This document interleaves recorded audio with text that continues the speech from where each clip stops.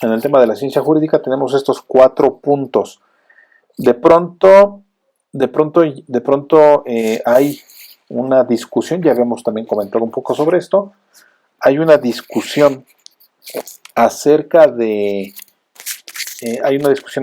si la ciencia, perdón, si el derecho es ciencia o no. ¿El derecho es ciencia o no es ciencia? ¿O qué cosa es? ¿Es una disciplina? ¿Es una técnica? ¿Es un arte? ¿No? Hay quien dice que el derecho es un arte, ¿no? Hay un libro que se llama El arte del derecho, ¿no? de un clásico autor,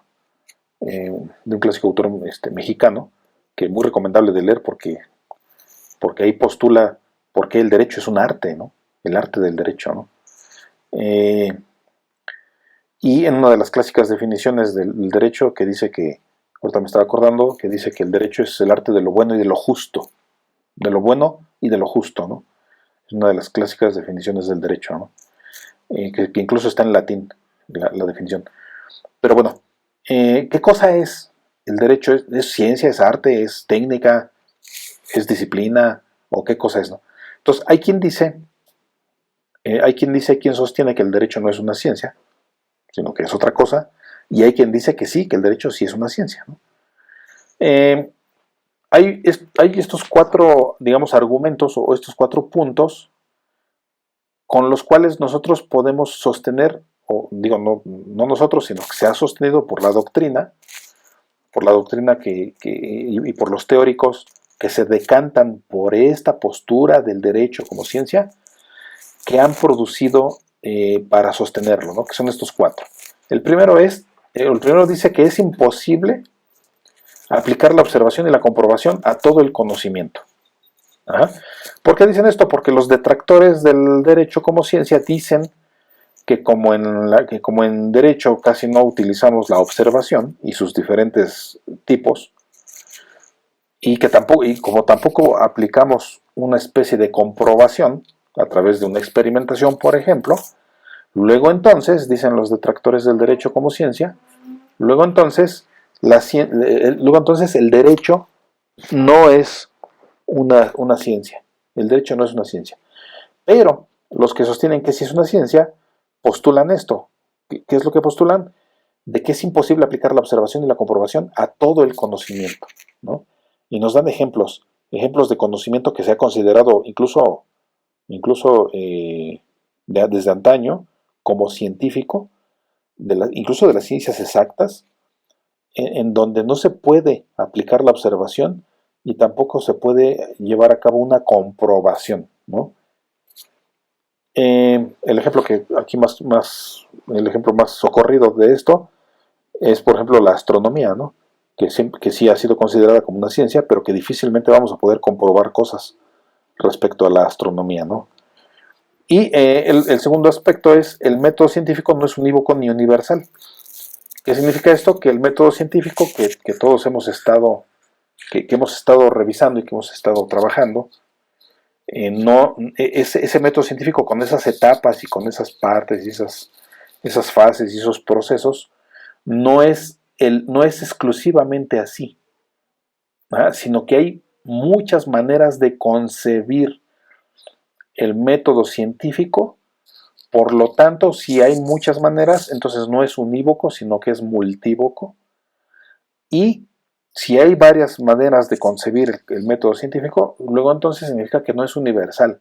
Es decir, que el método científico que se utiliza, por ejemplo, para la medicina, no es el mismo que se utiliza para la biología, y tampoco no es el mismo que se utiliza para la astronomía, y tampoco no es el mismo que se utiliza para el derecho, por ejemplo, ¿no? O para la sociología, que esa también sí se considera y es más aceptado que sea una ciencia, ¿no? Luego entonces, como no es el mismo, luego entonces no es universal. Y esto nos da pauta para considerar que efectivamente efectivamente el derecho es una ciencia, porque el derecho tiene precisamente un método científico que está diseñado ex profeso, así como hay métodos científicos que están diseñados específicamente para tal o cual área del conocimiento. Por eso de acuerdo a los que apoyan la idea del derecho como ciencia. Por eso el derecho sí es una ciencia precisamente, ¿no? El tercer punto es que la definición de ciencia no es unívoca ni universal. Pasa algo similar con lo de el método científico, ¿no?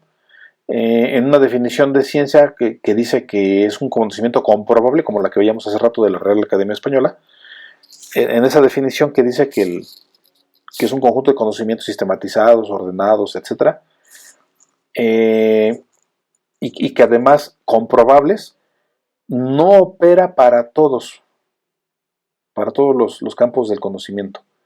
Porque hay campos del conocimiento que no puede ser posible que haya una comprobación. Por lo tanto, esa definición de ciencia no es exclusiva, no es la única que hay, no es unívoca. Y tampoco no es una definición de ciencia universal. Es decir, no es una definición de ciencia que se puede aplicar en todas las áreas del conocimiento, en todos los lugares, sino que cada lugar o cada área del conocimiento tiene su propia definición de ciencia, y de esa definición de ciencia parten para poder establecer su propio método científico, ¿no? Y por eso no es unívoco ni universal, y por eso también dicen los que apoyan, los teóricos que apoyan al derecho como ciencia, que esta es otra razón para considerar que el derecho es precisamente una ciencia, ¿no?